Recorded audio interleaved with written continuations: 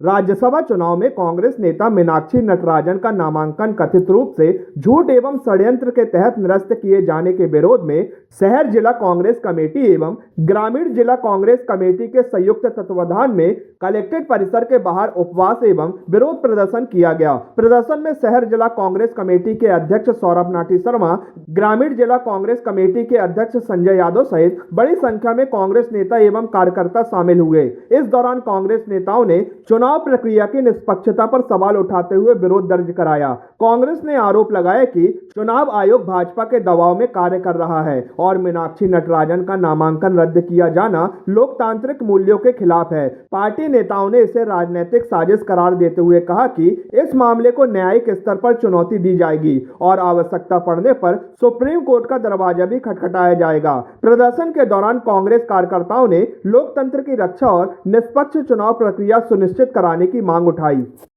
बिल्कुल स्पष्ट था कि कांग्रेस के पास एक राज्यसभा सदस्य पहुंचाने का बहुमत था। भारतीय जनता पार्टी के पास 3 में से 2 राज्यसभा सदस्य पहुंचाने का बहुमत था। तीसरे का बहुमत उनके पास नहीं था। राजनीति की स्वस्थ परंपराएं ये होती हैं कि बिल्कुल अच्छे मन से इस बात को स्वीकार करते।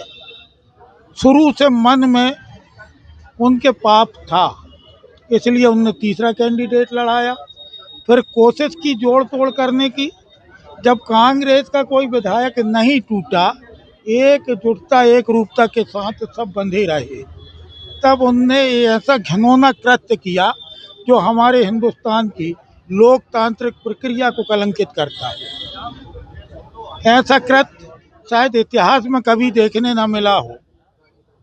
आरओ ने, रिटर्निंग ऑफिसर ने जिन आधार पे फॉर्म निरस्त किया है मीनाक्षी नटराजन जी का, बड़ा हास्यास्पद लगता है कि या तो आरओ को ज्ञान की कमी है या ये हठधर्मिता है भारतीय जनता पार्टी की। सरकार हर चीज में एकाधिकार चाहती है। एकाधिकार रावण ने भी चाहा था।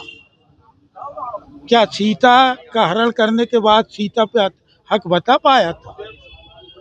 तो घमंड सबका चूर होता है। तीसरे कैंडिडेट का बहुमत नहीं था, तीसरे कैंडिडेट को उतारा भारतीय जनता पार्टी ने।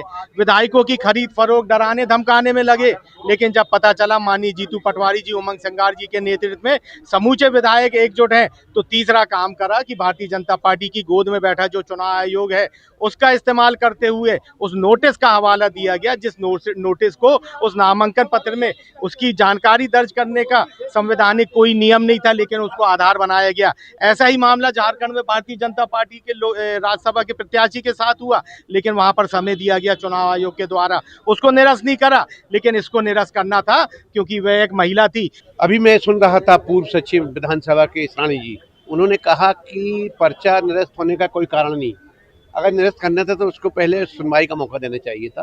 और दूसरा बात, दुर्भाग्य इस बात का है देश का कि निर्वाचन आयोग को जो चीज़ तय करना चाहिए वो चीज़ सत्ता तय कर रही। ये तो दुर्भाग्य है, लोकतंत्र का चीरहरण है।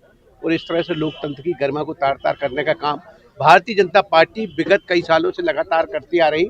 जब से मोदी सत्ता में आए 12 साल से लोकतंत्र को खंडित किया जा रहा है, विखंडित किया जा रहा है और देश के साथ मजाक किया जा रहा है। ये हम कतई बर्दाश्त नहीं करेंगे। हम अभी तो गांधीवादी तरीके से आंदोलन कर रहे हैं। आज हमारा गांधीवादी तरीके से पूरे ग्रामीण क्षेत्रों में सभी ब्लॉकों में शांतिपूर्ण प्रदर्शन हो रहा है 11 बजे से 4 बजे तक। लेकिन हम लोग आने वाले समय में गली गली, गांव गांव, कूचे कूचे इस नरेंद्र मोदी की जो नाकामियां है, नरेंद्र मोदी की जो लोकतंत्र की हत्या की लोगों को बताएंगे, आम लोगों को बताएंगे और ईंट से ईंट बजा देंगे।